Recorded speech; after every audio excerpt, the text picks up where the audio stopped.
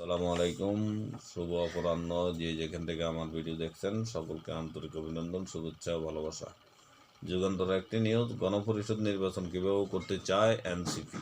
খবরে বলা হয়, সংবিধান পুনর্লেখনের জন্য গণপরিষদ প্রয়োজন বলে মন্তব্য করছেন জাতীয় নাগরিক পার্টির জ্যেষ্ঠ যুগ্ম আহ্বায়ক সামান্তা শারমিন।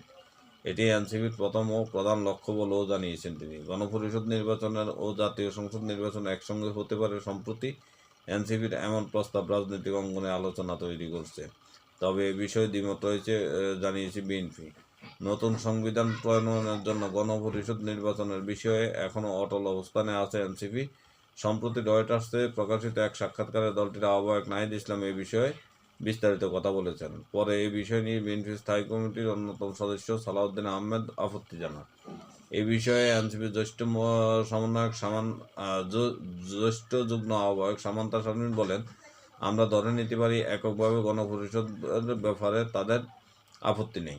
গণপরিষদ ও সংসদ নির্বাচন একসঙ্গে করতে গেলে তাদের আপত্তি। আমরা এই দুই নির্বাচন একসঙ্গে করার কথা বলিনি।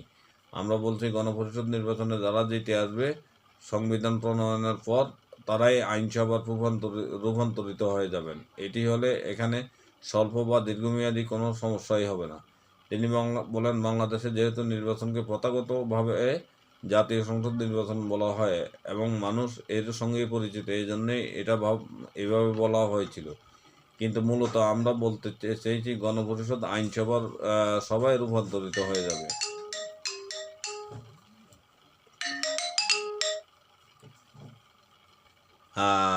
এটি হলে স্বল্প তিনি হয়ে যাবে। সালাউদ্দিন আহমেদের বক্তব্য, বিএনপি দলের অবস্থান কিনা এই বিষয়ে সংশয় প্রকাশ করেন সামান্তা।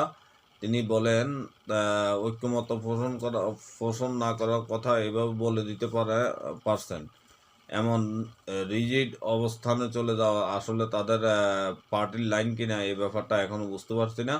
তো অতীতে তাদের দলের বক্তব্য পরিবর্তন নজির আছে, এক্ষেত্রে এটাও হবে কিনা, তাদের কোনো একজন নেতা আবার নমনীয় অবস্থান থাকবে কিনা এটাই এখন বোঝা যাচ্ছে না।